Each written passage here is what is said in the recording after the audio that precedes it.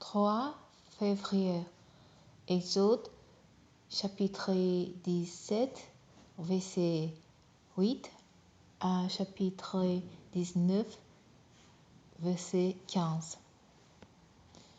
Les Amalekites vinrent attaquer Israël à Rephidim. Alors Moïse dit à Josué, « Choisis-nous de guerriers et demain tu iras combattre les Amalekites. Moi, je me tiendrai au sommet de la colline, avec les bâtons de Dieu à la main. » Josué se conforma aux instructions de Moïse. Il alla combattre les Amalekites, tandis que Moïse, Aaron et Hur montèrent au sommet de la colline. Or, lorsque Moïse levait la main, Israël avait l'avantage dans la bataille. Et lorsqu'il la laissait retomber, Amalek l'emportait.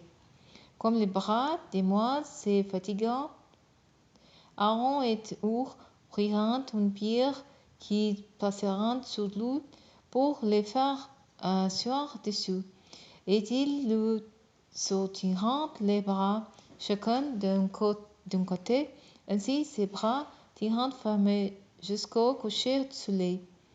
Et Josué reporta la victoire sur les Amalekites à la pointe de l'épée. L'Éternel dit à Moïse, « Consigne cela par écrit pour qu'on en garde les souvenirs et déclare à Josué que j'effacerai complètement les souvenirs d'Amalek de sous le ciel. » Moïse érigea un autel qu'il appela Donnez Nissi. Le Seigneur reste me bénir. Puis il ajouta, puisqu'on s'est attaqué au trône de l'Éternel. L'Éternel fera la guerre à Amalek de génération en génération. Jéthro, prêtre de Madian et beau-père de Moïse, apprit tout ce que Dieu avait fait en faveur de Moïse et d'Israël son peuple. Il apprit comment Dieu avait fait sortir les Israélites d'Égypte.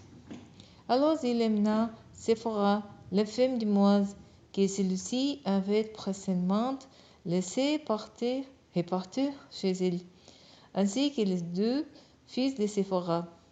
L'aîné s'appelait Gerson, immigré en Célus, parce que Moïse avait dit, « Je suis un immigré dans une terre étrangère. » Il avait nommé le cadet Eliezer. « Mon Dieu me secourt, en disant, le Dieu de mon père m'a secouru et m'a délivré de l'épée du Pharaon. » Jéthro se rendit donc auprès de Moïse dans le désert, avec la femme et les fils de Moïse, près de la montagne de Dieu où Moïse avait dressé son camp. Il lui fit annoncer, « Moi, Jéthro, ton beau-père, je viens te rendre visite avec ta femme et tes deux fils. » Moïse sortit à la rencontre de son beau-père, se prosterna devant lui et l'embrassa. Ils prirent réciproquement de leurs nouvelles, puis entrèrent sous la tente. Moïse raconta à son beau-père tout ce que l'Éternel avait fait au Pharaon et aux Égyptiens pour délivrer Israël.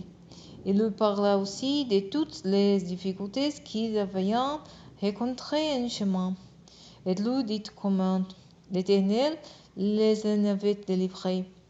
Jéthro se réjouit de tout le bien que l'Éternel avait fait à Israël, qu'il avait délivré des Égyptiens. « Loué soit l'Éternel, s'écria-t-il, qui vous a délivré des Égyptiens et du Pharaon, qui a libéré les peuples de la domination des Égyptiens. À présent,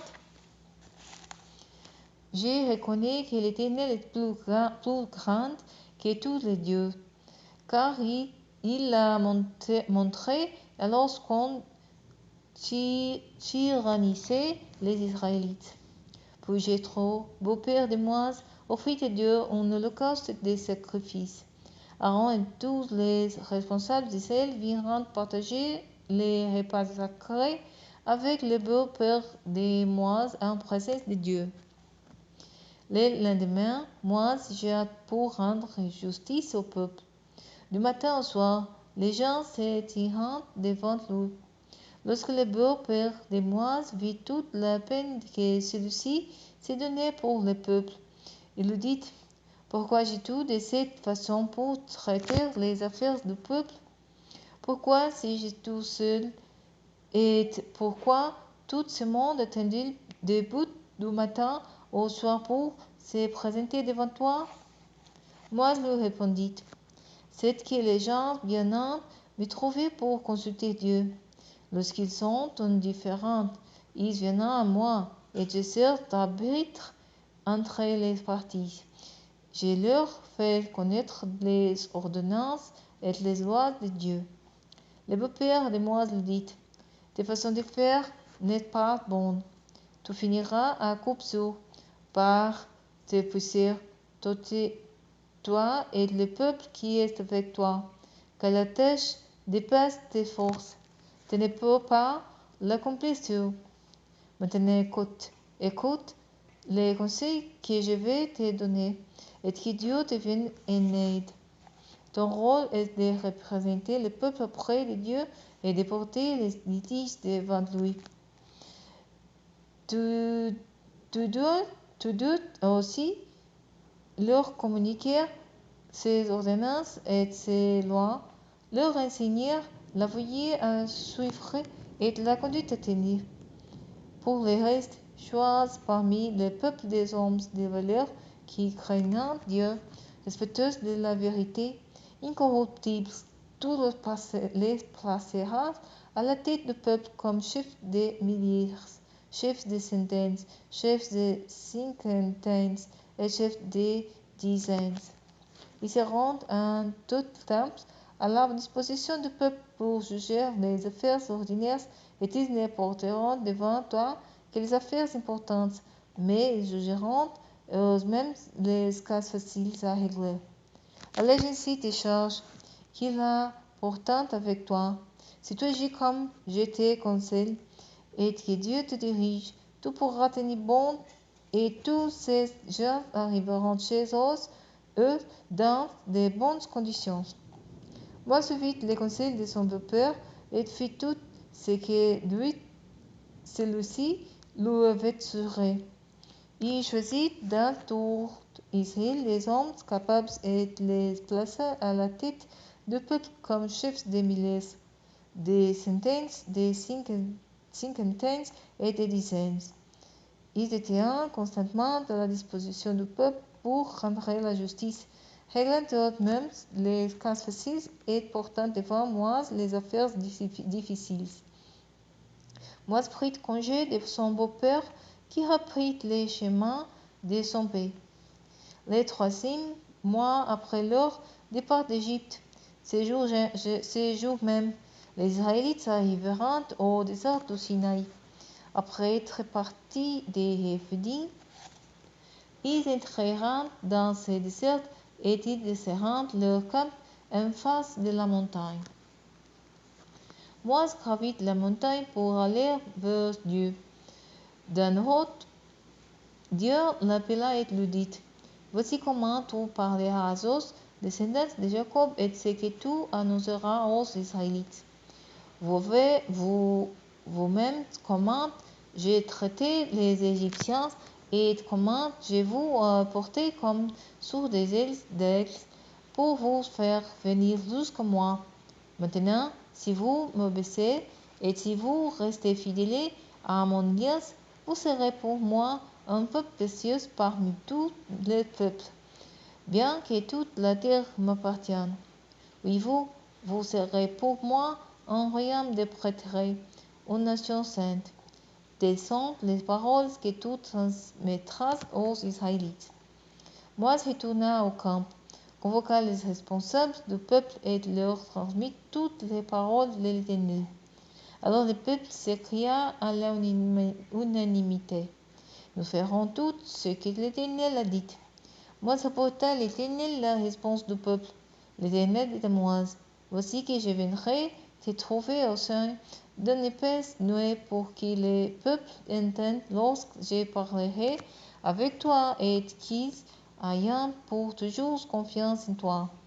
Et Moïse apporta à l'Éternel les paroles du peuple. L'Éternel dit à Moïse, va trouver le peuple et demande-lui d'accomplir aujourd'hui et demain des rites de purification et de laver leurs vêtements. Qu'ils se tiennent prêts pour après-demain, car ce jour-là, je descendrai sur le mont Sinaï à la vue de tout le peuple. Tu leur fixeras les limites autour de la montagne et tu leur donneras cet avertissement. Gardez-vous bien de gravir cette montagne et même de vous en approcher. Quiconque s'en approchera sera puni de mort. Si quelqu'un transgresse cet ordre, on ne les touchera pas, mais on lapidera ou on les percera de flèches, qu'il s'agisse d'une bête ou d'un homme. Il ne restera pas en vie. C'est seulement lorsque la corne du bélier sonnera que certains monteront sur la montagne. Moïse descendit de la montagne vers le peuple pour le faire accomplir les rites de purification. Ils laveront aussi leurs vêtements. Puis il leur dit, tenez-vous prêts pour après-demain. Abstenez-vous d'ici là de tout rapport sexuel.